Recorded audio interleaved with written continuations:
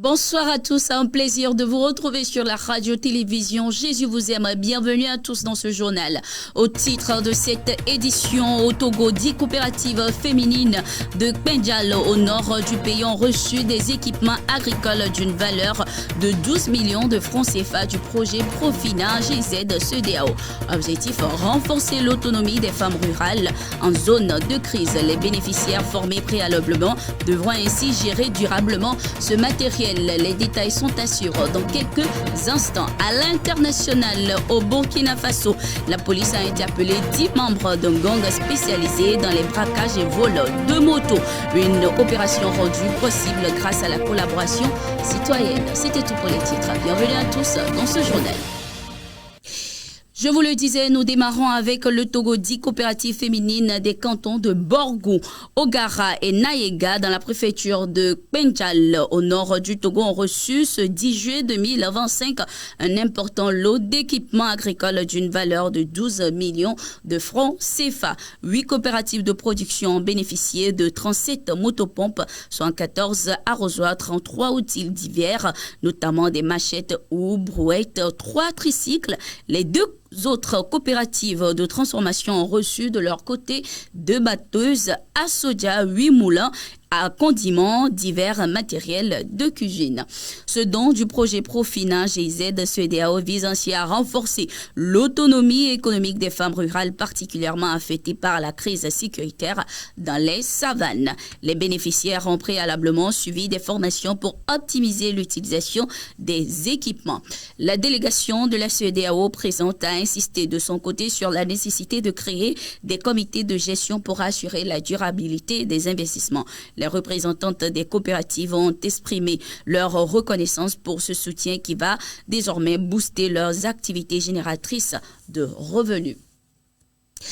Religion à présent dans cette édition. Où passeras-tu ton éternité? C'est le thème qui a retenu l'attention des membres de l'église de l'Assemblée de Dieu d'Abobo, Boguéré, dimanche dernier. Le serviteur de Dieu, par ce message, entend réveiller la conscience de ses fidèles et à quiconque se prépare minutieusement pour le retour glorieux à la patrie céleste après le passage sur terre. Marie-Louise Amouzou pour les détails. Le culte dominical ce dimanche à l'église Assemblée de Dieu d'Abobok-Boguéré a vibré sous le thème « Chrétien, où passeras-tu ton éternité ?» Le thème va amener tout participant à reconsidérer sa marche jour après jour devant le Seigneur afin d'hériter le royaume céleste. Pour le berger, 2 voies s'offrent au monde chrétien. La voie spacieuse qui draine tout derrière son passage, mais malheureusement conduit directement en enfer. Et celle qui est restreinte difficile comme issue, mais conduit au paradis. Et l'éternité se prépare chaque jour, chaque heure, chaque seconde. L'éternité, c'est une question d'actualité, c'est une question de l'heure. Nous devons y penser à chaque instant et à tout moment parce que personne ne sait quand la vie le quittera, personne ne sait quand il va quitter cette terre. Mais il faut que nous soyons conscients que dès que le Seigneur va nous appeler, nous serons face à nous-mêmes, nous serons face au grand juge et il s'agira alors de notre éternité. Donc nous devons déjà commencer par y réfléchir sérieusement. C'est pourquoi j'ai fait passer ce message pour aider les miens. Il est vrai, nous prions, nous demandons beaucoup de choses, nous demandons que Dieu combatte nos ennemis, nous demandons que Dieu bénisse chacun de nous, mais il y a cet aspect de la chose, il y a cet aspect de la vie que nous ignorons, que beaucoup oublient.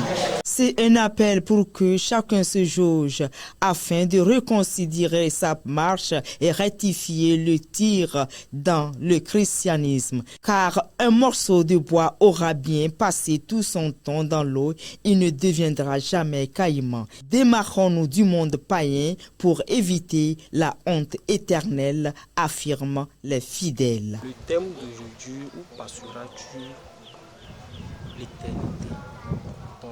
Ce thème m'a vraiment émerveillé. Il y a plusieurs chemins dans la vie. On a parlé de 2 chemins. On a parlé du chemin spacieux, du chemin stressé. Bon, je conseille tous nos amis, nos frères chrétiens de suivre Jésus, de suivre le chemin, de marcher sur le chemin stressé. Bon, il y a beaucoup de difficultés dans ce chemin. Tu dois traverser des moments difficiles, mais avec le Saint-Esprit, on peut aller jusqu'au bout. Tema ele pompo kuru mavo ba gyantinami den ko kekemi la ola ani garanti ababa do kekemi le di be mi asubo mawu le nono menu toi-même chaque matin voisine la pomi bena mi drado mi le choti après ademi la va do gole funwa yesu la va tona mi bena em de simiowa ewa les voisins de kemi na church wa ele côté na mia e womblanye puis e dikoko echa donc Yesu bale oyoyo na mi ndikani ya bena nya trokpo mia ba gbe nono gbo le kemi le nu agbe ado te mia ba gbe nono wa onwa Kristo to ba gbe nono mia gbo be esese vide esese vaga ki akudo agbagba jeje le keke mia ntomi dive viero be gbere ka o ma va gbo na mi be o mjesi mi o wa ke Yesu bale oyoyo na mi ndikani ya. Cette exhortation reste valable pour nous aujourd'hui et reste d'actualité. Chrétien, pasteur, évangéliste, prophète, ton choix déterminera ta place. Vous qui ne savez pas ce qui arrivera, car qu'est-ce que votre vie? Vous êtes comme une vapeur qui paraît pour un peu de temps et qui ensuite disparaît. Vigilance à nous. Jacques 4, verset 14.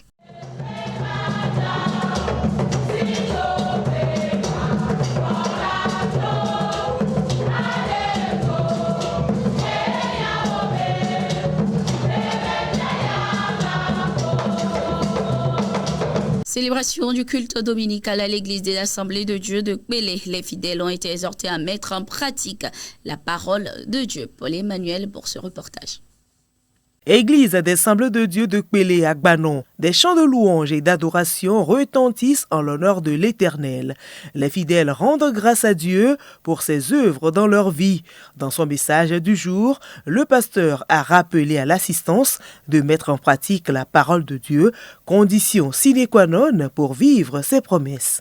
Et si nous mettons la parole de Dieu en pratique, d'abord, nous sommes sur la voie, le chemin de la bénédiction, comme vraiment les pasteurs bébés nous ont attesté. Et non seulement nous serons bénis, nous sommes sur la voie de la bénédiction, mais aussi nous sommes en train d'exécuter, d'obéir à l'ordre vraiment du Seigneur. C'est très important en tant qu'enfant de Dieu. Et il est très primordial que nous puissions vraiment mettre en pratique ou bien exécuter, obéir à l'ordre de notre Père. Et c'est ce que le Seigneur attend de nous. Il faut non seulement lire, écouter et méditer la parole de Dieu, mais aussi il faut la mettre en pratique. Les raisons évoquées sont retenues par les participants à ce culte.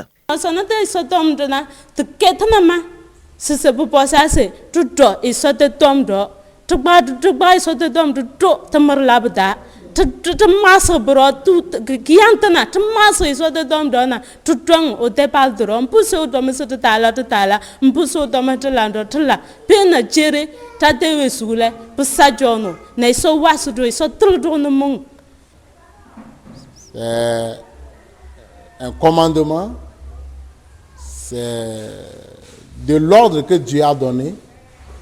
Et deuxième, il est important de mettre en pratique la parole de Dieu parce que pour notre propre bénédiction, pour notre réussite.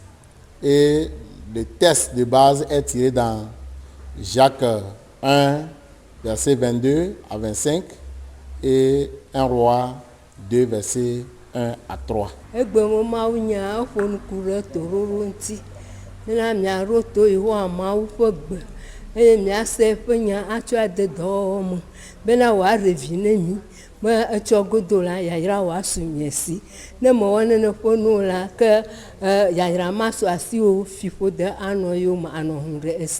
La recommandation faite à Josué dans le chapitre 1, verset 8 doit être aussi notre partage.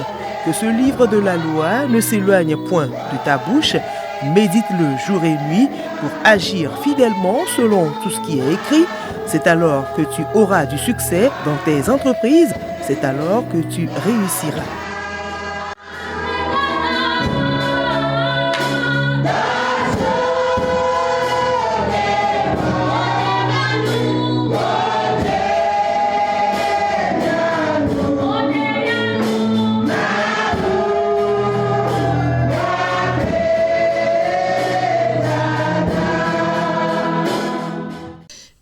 peut prétendre accomplir la volonté du roi s'il ne connaît les lois et les principes régissant son royaume. Cette vérité reste l'axe central du sermon de ce dimanche aux fidèles d'Apédokwa 2 qui met ainsi en lumière le décalage qui existe entre la vie menée par les fidèles au sein de l'Église et en dehors de celle-ci.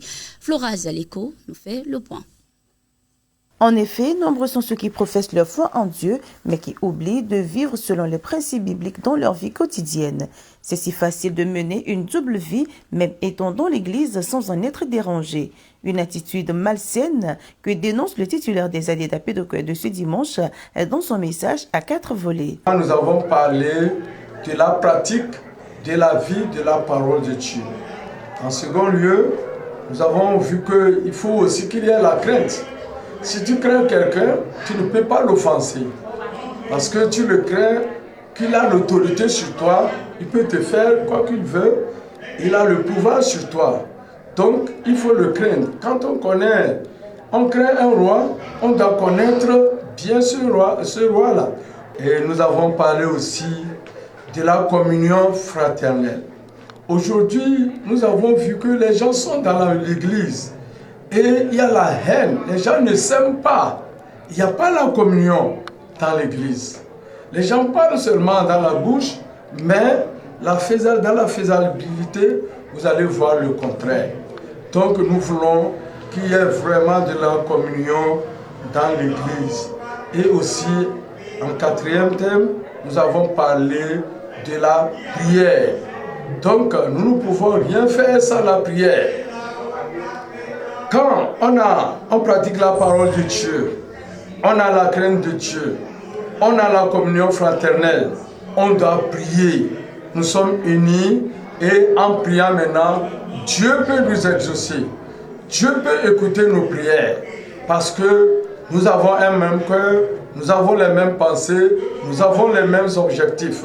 Il est temps pour les chrétiens de se ressourcer dans la parole de Dieu et de se laisser guider par l'Esprit Saint pour vivre une vie qui reflète la foi chrétienne. Par rapport au message, surtout l'amour entre frères et sœurs, parce que c'est un pilier pour le développement de l'Église et éviter des petits conflits entre les fidèles, s'aimer les uns les autres, se soutenir mutuellement.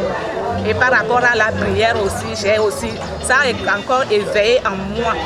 Et j'ai pris la résolution ferme de revoir ma vie de prière. Sincèrement, nous avons reçu une fois encore beaucoup ce matin et nous prions le Seigneur qu'il continue par l'inspirer à ce que nous soyons satisfaits spirituellement en matière de sa parole pour notre croissance spirituelle. Alors, si nous avions des objectifs ou encore des projets, c'est que nous demandons à Dieu qu'il puisse, à travers ces médias, toucher chaque âme qui se dit chrétienne pour que nous puissions nous conformer à la parole de Dieu. Parce que très bientôt le Seigneur Jésus reviendra. Et quand il sera là, sommes-nous prêts déjà?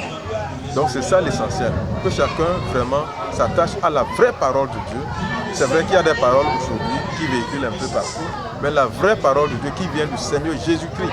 C'est cette seule parole que nous devons vraiment suivre pour avoir la vie sauve, pour avoir une sécurité spirituelle. Tout chrétien est appelé à être disciple de Jésus-Christ, à vivre selon ses enseignements et à refléter son amour dans sa vie quotidienne. Il est temps de se convertir, de se détourner du péché et de se tourner vers Dieu pour vivre une vie nouvelle.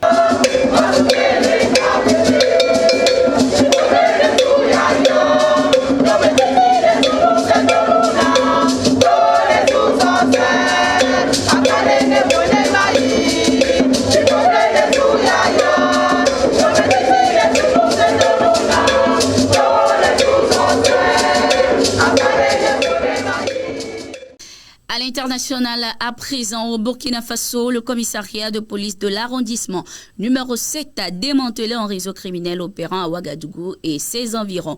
Composé de 10 membres âgés de 18 à 37 ans, ce gang se spécialisait dans les braquages et les vols de motos. Leur mode opératoire impliquait une organisation structurée. Certains membres repéraient les cibles et faisaient les guettes, tandis qu'une équipe opérationnelle armée procédait au braquage. Pour les vols de motos, motos. Des binômes motorisés parcouraient la ville la nuit à la recherche de victimes isolées. Le réseau comptait même un mécanicien et un peintre chargés de modifier les numéros de série et la couleur des motos volées avant leur revente.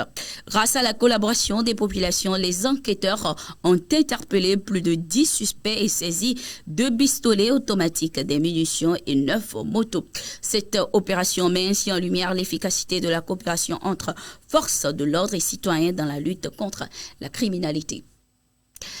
Ainsi se referme cette édition du journal sur la radio-télévision Jésus vous aime. Merci d'être resté avec nous et bonne suite de nos programmes.